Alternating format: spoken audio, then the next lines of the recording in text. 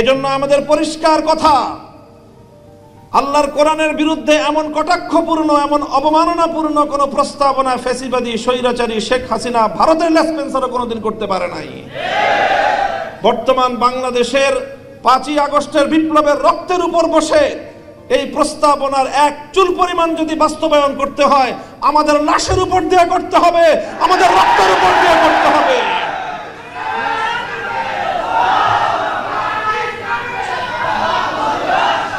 অন্তর্বর্তীকালীন সরকার কর্তৃক গঠিত 11টি সংস্কার কমিশনের একটি হলো নারী বিষয়ক সংস্কার কমিশন। এই কমিশন গত 19শে এপ্রিল তাদের প্রস্তাবনা জমা দেওয়ার পরেই আসলে আমরা এই প্রস্তাবনা দেখার পরে স্তম্ভিত। বাংলাদেশের আগস্ট বিপ্লবের পর, জুলাই আগস্ট বিপ্লবের পরেও এই ধরনের একটি প্রস্তাবনা রাষ্ট্রীয় পর্যায়ে উপস্থাপিত হতে পারে এটা আমাদের কল্পনাতেও ছিল না। এই জন্যই এই নারী কমিশনের ব্যাপারে আমাদের মন্তব্য অনেক কঠোর।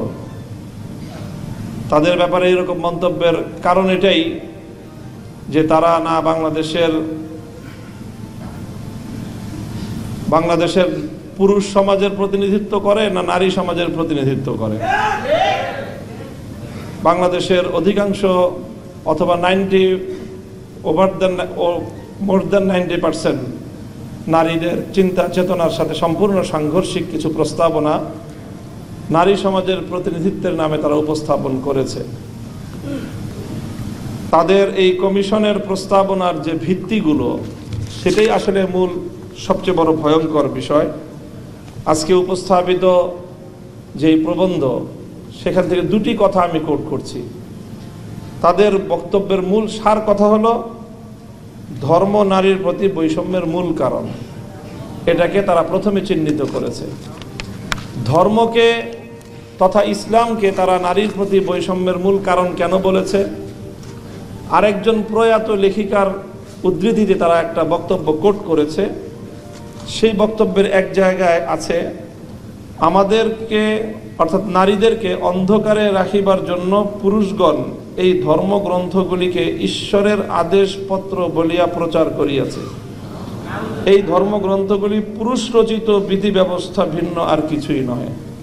অর্থাৎ তারা বিশ্বাস করে যে এই ধর্মগ্রন্থগুলো আল্লাহর কিতাব না, কোরআন আল্লাহর কিতাব না, এটা পুরুষরা রচনা করে নারীদেরকে দমন করার জন্য এই কিতাব রচনা করেছে। এই হলো তাদের এই পূর্ণ প্রস্তাবনার মূল বুনিয়াদ।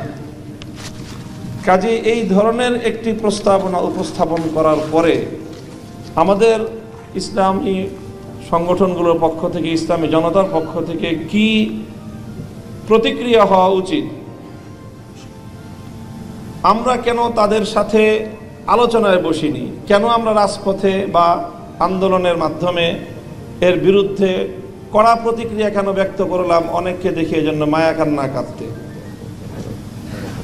তো আমার পরিষ্কার কথা যে তারা যথেষ্টই জানে এবং দীর্ঘ একটাই আলোচনা নারী সংস্কার, নারী নীতি নিয়ে দশকের পর দশক ধরে কথা চলে আসছে এবং সেই কথার ধারাবাহিকতায় অনেক আলোচনা হয়েছে।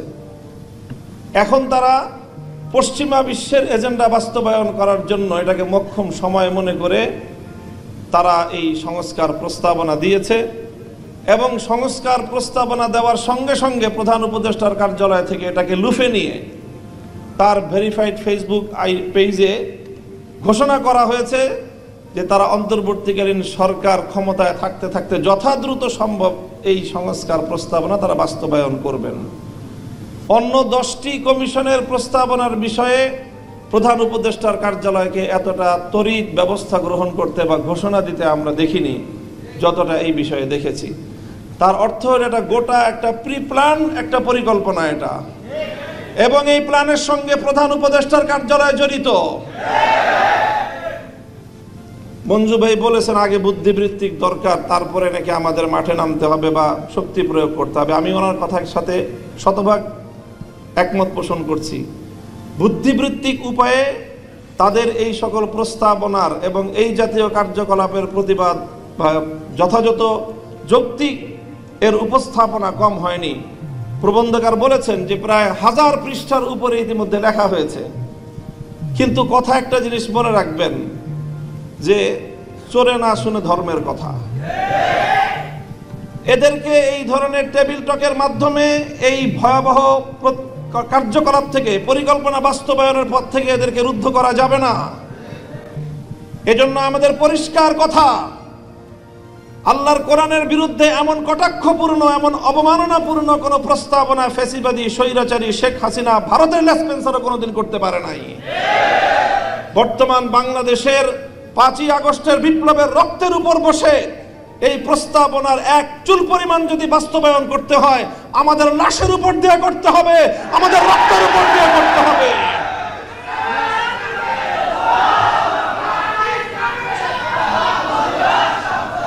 আমরা পরিষ্কার বলতে চাই, নারীর কাঁধে বন্দুক রেখে ইসলামকে ঘায়েল করবার এই দুরভিসন্ধি বন্ধ করুন। নারীর কাঁধে বন্দুক রেখে ইসলামকে আক্রমণ করার এই দুরভিসন্ধি বন্ধ করুন। আমরা নারীদের ব্যাপারে আমাদের পরিষ্কার কথা, আমরা নারীদের ন্যায্য অধিকার চাই, সমান অধিকার নয়। সমান অধিকার দিলে নারীরা টিকতে পারবে না।